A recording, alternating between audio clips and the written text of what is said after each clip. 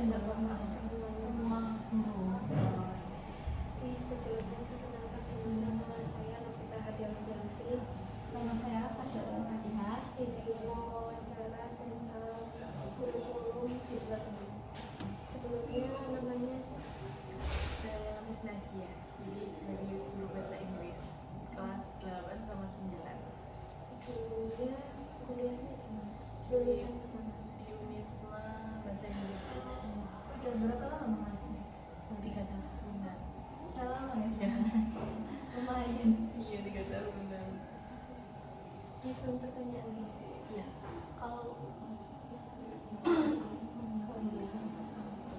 Kalau boleh tahu di sekolah ini menggunakan kurikulum apa ya misalnya? Sekarang itu kurikulum merdeka.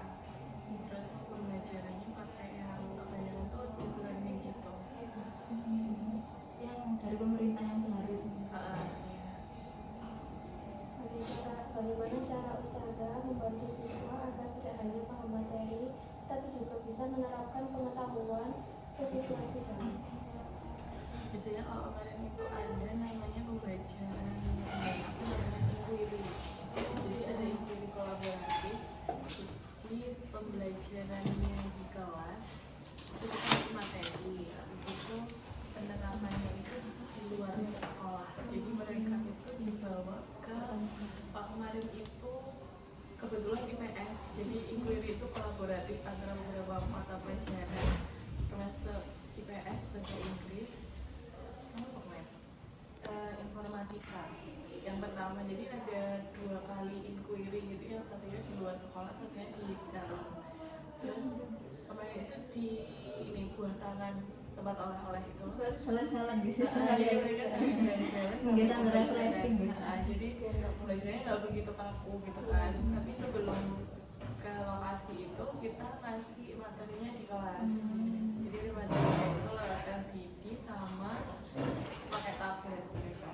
Jadi kalau di bahasa Inggris itu kemarin kebetulan materinya namanya Hikam Teks. Jadi kayak menceritakan cerita mereka atau kejadian yang sudah berlalu. Nah kemarin jadi pas pas di buah tangan itu mereka nyeritain kejadiannya pas di situ tuh mereka ngapain aja. Jadi mereka menggunakan kata kerja berdua namanya. Terus kalau di IPS-nya itu mereka nanyain tentang kayak biaya produksi, terus cara marketingnya gimana, kayak gitu-gitu. Jadi nanti setiap anak itu mengaplikasikannya langsung dari situ. Jadi dia kan bisa langsung interview ke ownernya sama ke pegawai sana, terus bisa langsung lihat cara pembuatannya. Kebetulan di situ tuh pai susu, jadi fokusnya sama pai susu. Jadi cara pembuatannya, terus marketingnya gimana, penjualan gimana. Jadi kita teorinya di kelas, terus abis itu prakteknya di luar. Jadi benar-benar langsung ketemu sama kayak UMKM gitu.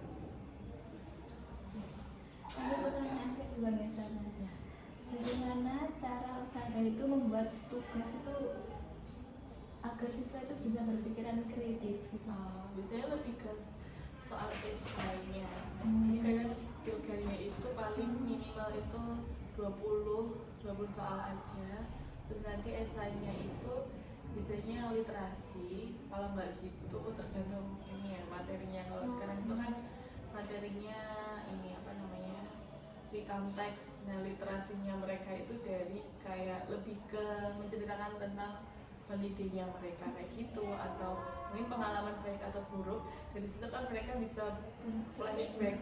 Dari flashback itu mereka bisa berpikiran kritis, terus kayak mengolah lagi kira-kira kemarin bisa ngapain aja sih, terus menggunakan kata kerja yang cocok dengan aktivitas yang mau mereka ceritain itu apa gitu. Itu dari situ. Ada mereka harus mengambil dari real life yang mereka sendiri, jadi nggak ngawur gitu jawabnya. Menurut ustazah, bagaimana budaya kelas, peran guru, dan teknologi mempengaruhi terbentuknya pembelajaran mendaring? Kalau kita tuh kan pakai kelas 8 itu pakai laptop sama tablet, jadi mereka kayak bawa pribadi gitu. Terus kadang mempelajari di kelas itu pakai itu, jadi kita kadang saya biasanya pakai website yang game online gitu, game learning kayak Kayak ZG, Kahoot. atau Kahoot, atau kalau nggak gitu apa namanya Bambuzel kayak gitu-gitu kan mereka lebih melek gitu. Iya, Terus seru gitu. adanya kayak mau wis kayak lagi mainnya kayak kemarin gitu, meskipun sebenarnya nyantolnya nggak yang benar-benar 100% nyantol, tapi mereka minimal hidup dulu Iya. kelasnya gitu. Terus bagaimana cara usaha menilai kedalaman pemahaman siswa kecuali lewat tes? Misalnya dari skill test, jadi kalau kita itu ada tugas di paper, terus tugas UH itu, tapi sebelum UH itu kita ada keterampilan gitu, tes keterampilan tuh kadang pakai speaking, kadang kalau bahasa Inggris kan speaking atau writing itu yang paling sering kita lakuin. Ada dari speaking itu kan mereka mengaplikasikannya langsung secara visual atau secara speaking gitu loh kan, langsung ngomong itu kan ketahuan ya, oh ada ini ngerti, ada ini enggak gitu, jadi kan kita bisa nilai dari situ. Terus kadang dari vocab yang mereka punya itu juga kelihatan pas mereka nulis sama ngomong kayak gitu, jadi kadang ngeceknya dari situ. Kalau selain tes paper kayak ujian gitu, ada itu research sama writing test gitu, esai gitu. Lalu apa saja hambatan di sekolah yang membuat pembelajaran dalam itu kadang itu sulit diterapkan? Kira-kira ada nggak Ustazah? Kadang itu anak-anak mungkin ada yang bosen gitu ya, jadi kadang itu kita sebagai ustazah kayak cari trik mereka biar senang tuh. Kadang kan kalau pakai tablet tuh mereka malah lebih hidup kan, jadi kadang itu mereka kita usahain pakai kayak live worksheet kayak gitu-gitu, jadi mereka nggak bosen banget. Terus gambarnya apa-apa gitu tuh bener-bener yang berwarna, terus kalau gitu terus selama gitu ya emang bener-bener ngambil dari daily life mereka. Jadi kalau di pondok itu kan lebih, mereka itu kan cewek semua ya di sini, jadi tuh kalau kita kan masih, kalau di sekolah umum kan jadi cowok kayak gitu-gitu. Nah itu kadang saya masih plesetin ke hal-hal yang di sekolah luar kayak gitu-gitu, tapi yang nggak bisa didapatkan di sini kayak gitu. Kadang mereka diceritain hal yang real life di luar gitu, mereka juga suka gitu loh. Ada kan karena di sini ada larangan-larangan yang nggak boleh kayak gitu tuh. Nah itu kadang saya korelasikan yang di luar itu kayak gimana sih, jadi mereka itu tahu pandangan kalau sekolah di luar itu seperti apa, terus pembelajaran seperti apa. Jadi ada mereka itu sih kritisnya dari situ. Sudah di sini ini kan pondok gitu, berarti boleh bawa HP. Gak boleh. Itu tablet sama laptopnya itu ditaruh di lemari sini. Jadi kalau makainya pas pembelajaran aja. Itu kayaknya pribadi, terus Iya. dititipin ke sekolah gitu. Jadi dipakainya cuma pas Waktu pembelajaran. pembelajaran itu, tapi Pembelajaran kayak aja. nggak semua mapel setiap kan nggak setiap hari pakai gitu. Waktu tertentu. Heeh. Lalu bagaimana cara ustazah menyeimbangkan target kurikulum dengan kebutuhan siswa untuk berpikir mendalam? Kadang itu kita ini sih kayak ngelakuin retest lagi gitu kan, kadang mereka masih remet gitu kan. Jadi kita ngasih tes baru, tes remedial atau pengayaan gitu. Jadi kita bikinkan soal yang baru. Kalau nggak gitu, kalau kadang malas ngasih yang soal ABCD atau esai itu, saya langsung ke fokusnya ke skillnya itu. Jadi lebih mengasah skillnya daripada kayak pengetahuan.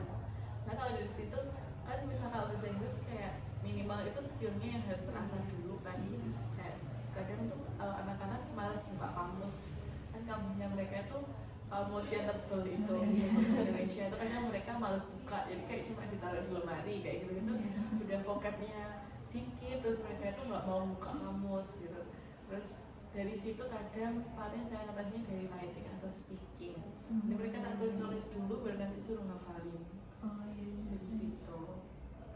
Lanjut, pertanyaan ke-7, bagaimana teknologi dan AI bisa mendukung atau justru menghambat pembelajaran? Teknologi itu cukup membantu sih, karena kan namanya juga anak-anak yang di pondok kan nggak boleh bawa teknologi. Jadinya mereka kalau pas pelajaran, pakai tab ya kayak gitu-gitu tuh mereka excited. Cuman kadang kita kan nggak bisa ya ngecek mereka itu benar-benar buka belajar atau enggak. Cuma kalau di sini ada aturan untuk misalnya mereka ketahuan, nanti kan kayak kita tuh ngecekin tablet laptop mereka masing-masing untuk ngecekin mereka itu historinya bukain apa tadi. Kan pas di kelas kita nggak mungkin bener-bener monitor satu-satu kan. Jadi meskipun kita udah ngasih tugas tuh kadang namanya juga anak tuh pasti ke kebobolan buka yang lainnya, kadang-kadang Instagram, kadang masuk YouTube gitu. Soalnya kalau mereka izin terus mau buka YouTube tapi tentang ini gitu. Pokoknya itu masih berhubungan dengan pembelajaran gitu, kita nggak apa-apa gitu. Jadi kadang itu sih yang cukup membantu untuk teknologi. Kalau AI-nya itu anak-anak masih belum begitu mengenal penggunaan ChatGPT, Gemini kayak gitu-gitu tuh dan apa.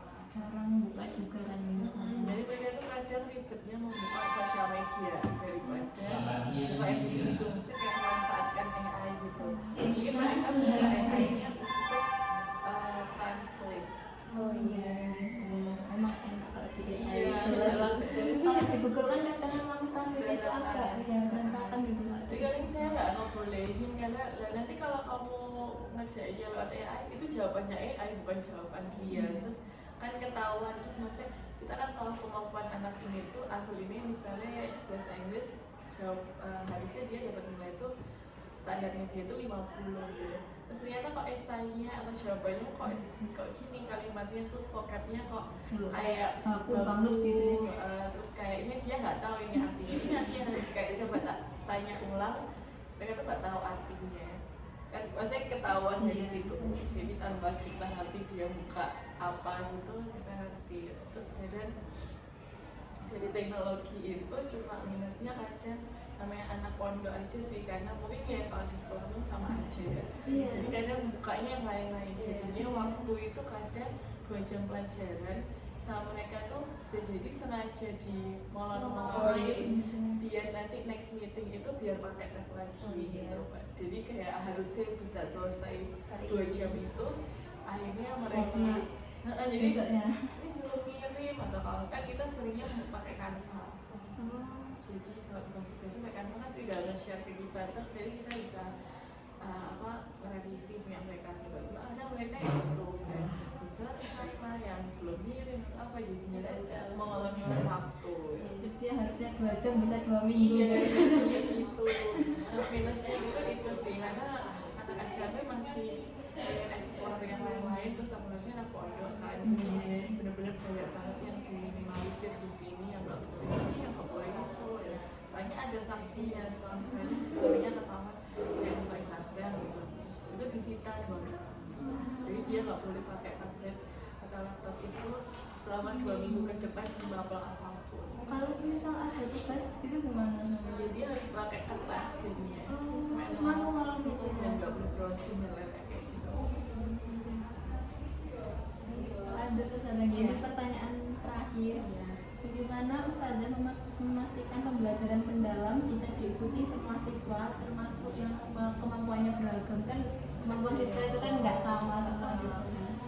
Ada itu kalau penggunaan teknologi ini tuh anak-anak masih belum begitu ngerti teknologi semua sih sebenarnya. Jadi anak-anak kadang kayak bisa mau login Google kayak gitu-gitu, kita masih harus nonton. Jadi kadang kelamaannya itu cuma dalam teknis yang gitu-gitu, terus kayak mengirim tugas kayak gitu. Nge-share-nya itu gimana Miss? Terus ini nanti kalau misalkan di Canva ya Canva ini di save-nya gimana kan? Karena ada auto save kan. Terus kayak gitu tuh masih hal teknis gitu kadang yang mengulur waktu untuk difokuskan ke materinya. Jadi materinya malah kepotong banyak gitu. Ngajarin itunya gitu. Iya, jadi ada kalau untuk tahu dia harus ngerti apa belum ya nanti uang dari hasilnya itu sih. Karena kalau di kelas itu ada kelas, kalau jadi kamu tuh ada kelas high sama ada kelas yang belum. Jadi bulan Iya, jadi ada kelas entah itu kelas 12 itu setiap jenjang ada kelas yang high sama kelas yang low. Jadi nanti kalau misalnya anak yang low itu biasanya anak reguler gitu namanya. Anak reguler itu biasanya mesti kelihatan orang ini tuh nggak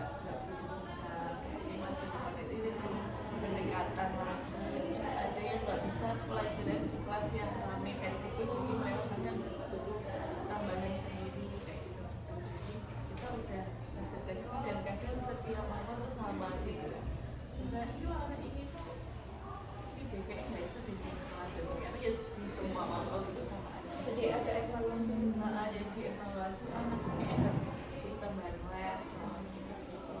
Buat itu kadang namanya juga anak pondok itu kadang masalahnya ke psikis juga. Ya sebenarnya akademiknya oke, cuma psikisnya dia tentang sosial, tentang akademiknya yang lain kan ada dunia sama akademik di sini kan. Jadi kadang akademiknya yang di sini itu oke, ternyata di lapangan itu kurang. Nah itu kadang juga mempengaruhi mereka gitu.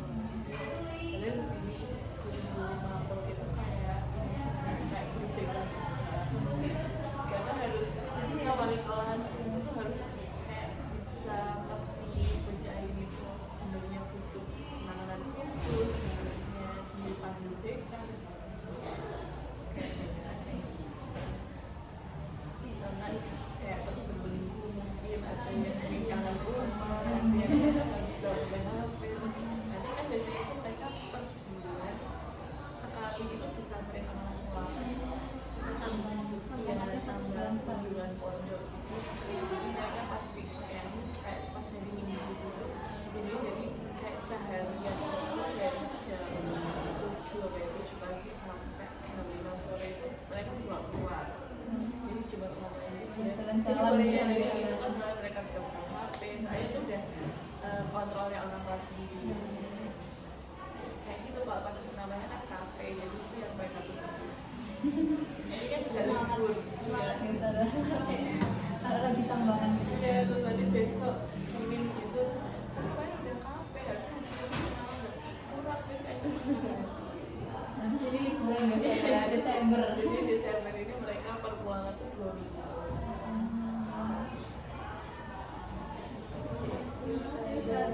Ya sama-sama. Terima kasih sudah menyita waktunya. Ya kalau maaf ya.